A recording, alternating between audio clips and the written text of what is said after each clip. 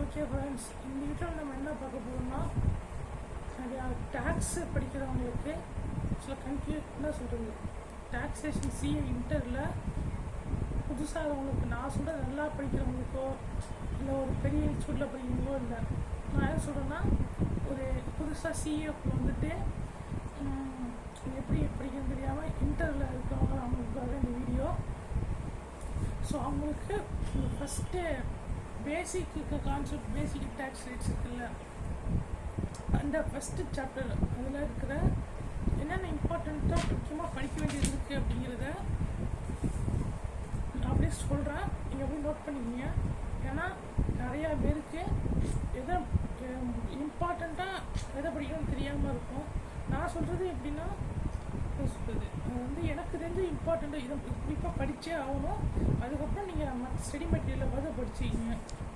First பார்த்தீங்கன்னா definition, அதை கொஞ்சம் தெரிஞ்சு வச்சுக்கோங்க. கேட்டால் சொல்கிற அளவுக்கு தெரிஞ்சு வச்சுக்கோங்க. என்னென்ன டெஃபினேஷன்னா, அசஸ்மெண்ட் இயரு, ப்ரீவியஸ் இயரு, பர்சன்னா யார், அசஸின்னா யார், இதோட டெஃபினேஷன்ஸை கேட்டால் சொல்கிற அளவுக்கு தெரிஞ்சு வச்சுக்கோங்க. செக்ஷனோட படித்து வச்சுக்கோங்க. இது கொஞ்சம் முக்கியமான ஓரளவு கொஞ்சம் தேவை. ஒரு என்ன சொல்கிறது, ஒரு 2 மார்க்கில் கேட்கலாம், இல்லை இந்த மாதிரி இடங்களில் கேட்டால் எழுதுறதுக்கு. அதே மாதிரி income chargeable under previous year, அதாவது ப்ரீவியஸ் இயர்லேயே டேக்ஸ் போடுறாங்க இல்லையா, அதெல்லாம் என்னென்ன விஷயங்கிறத ஒரு 5-6 தெரிஞ்சு வச்சுக்கோங்க. அது நீங்கள் ஐசிஐ புக்லேயே நீங்கள் தேடி பார்த்தா கிடைக்கும்.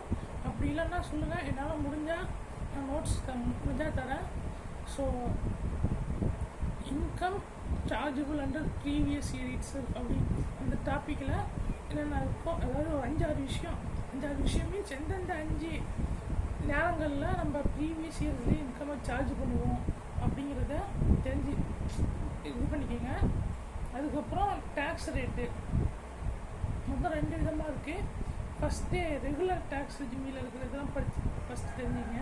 அது பேசிக்கு சொல்கிறேன். ஃபஸ்ட்டு பேசிக் ஆன்சர் மட்டும் தான் சொல்கிறேன். அதிலே 3 விதமாக இருக்கும்.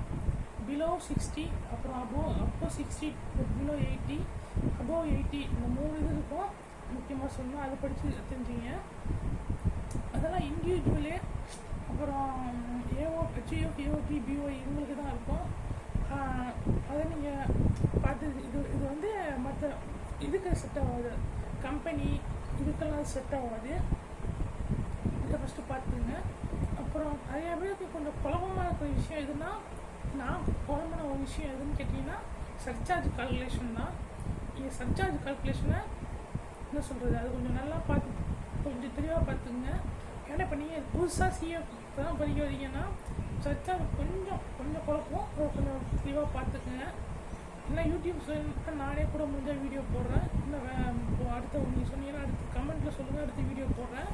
அதில் மொத்தம் என்ன சொல்கிறது, 2 வகை, 2 டேக்ஸ் ரெஜிமில் வேறு மாதிரி சர்சார்ஜ் கால்குலேட் பண்ணோம். அதை தெரிஞ்சு வச்சிங்க. அப்புறம் டொமஸ்டிக் கம்பெனிக்கு எவ்வளோ டேக்ஸ் அது தெரிஞ்சுங்க. டொமஸ்டிக் கம்பெனிக்கு எவ்வளோ சர்சார்ஜுன்னு தெரிஞ்சு வச்சுக்கிங்க. அதே மாதிரி ஃபாரின் கம்பெனிக்கு எவ்வளோ டேக்ஸ், ஃபாரின் கம்பெனிக்கு எவ்வளோ சர்சார்ஜ் இதையும் தெரிஞ்சு வச்சுக்கிங்க. அப்புறம் ஃபேமு, எல்எல்பி இதுக்கெல்லாம் எவ்வளோ டேக்ஸ் ரேட்டு இதையும் தெரிஞ்சு வச்சுக்கோங்க. அப்புறம் கோஆப்ரேட்டிவ் சொசைட்டி இதுக்கெல்லாம் என்னென்ன டேக்ஸு அதையும் அது பார்த்துங்க. முக்கியமாக இதெல்லாம் நீங்கள் பார்த்துக்கிட்டே ஆகணும். இது மினிமமாச்சும் இது இருக்கணும் நான் சொல்கிறதுலாம்.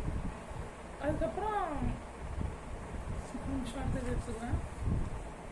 மார்ஜினல் ரிலீஃபு ஒரு முக்கியமான ஒரு இது. மார்ஜினல் ரிலீஃப் வந்து என்ன சொல்கிறது, மார்ஜினல் ரிலீஃபாக சர்சார்ஜும் ஒரே ப்ராப்ளத்தில் நிறைய வாட்டி வரும்.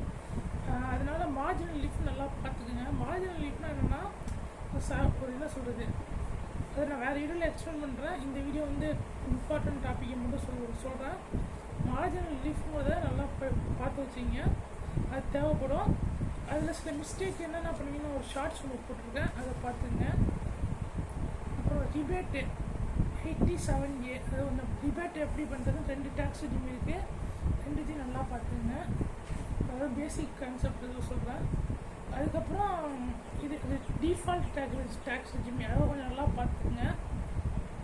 அதில் எப்படி சர்சார்ஜ் கால்குலேட் பண்ணுறது, அதில் என்ன டிஃப்ரென்ஸு, இதெல்லாம் அப்படியே கொஞ்சம் நல்லா பார்த்துங்க. அதுக்கப்புறம் ஸ்பெஷல் இன்கம் டேக்ஸோட ரேட், அதாவது அதான் என்ன சொல்கிறது, other tax like long term capital gain, அப்புறம் வின்னிங் ஃப்ரம் லாட்ரி, இந்த மாதிரி நெட் ஃபண்ட் இன்கம், இந்த மாதிரியான விஷயங்களுக்கு என்ன டேக்ஸுங்கிறத பார்த்துக்குங்க. இப்போ நான் சொன்னதெல்லாம் மினிமம் உங்களுக்கு தெரிஞ்சுக்கணும். அதை ஃபஸ்ட்டு எங்கள் புக்கிலே இருக்கும், இன்னும் நானே ஒரு வீடியோவோ இல்லை பிடிஎஃபோ தான் போடுறேன். இதெல்லாம் முக்கியமாக நீங்கள் பார்க்க வேண்டிய ஒரு விஷயம். அப்புறம் அக்ரிகல்ச்சர் இன்கம் பார்க்கணும். அக்ரிகல்ச்சர் இன்கம் கிட்டத்தட்ட கொஞ்சம் சிம்பிளாக தான் இருக்கும். ஒரு 2-3 வாட்டி நீங்கள் சம்ம போட்டிங்கன்னா உங்களுக்கே பிடிபட்டுரும். ஸோ அக்ரிகல்ச்சர் இன்கம் பார்த்துக்குங்க. இப்போ நான் சொன்ன டாப்பிக்கெல்லாம் மினிமம் பார்த்துக்குங்க. அதுக்கு மேலே ஒரு ஐசிஐ புக்ஸை கொஞ்சம் ஓரளவுக்கு சம்மரி மாதிரி பார்த்து வச்சிங்க.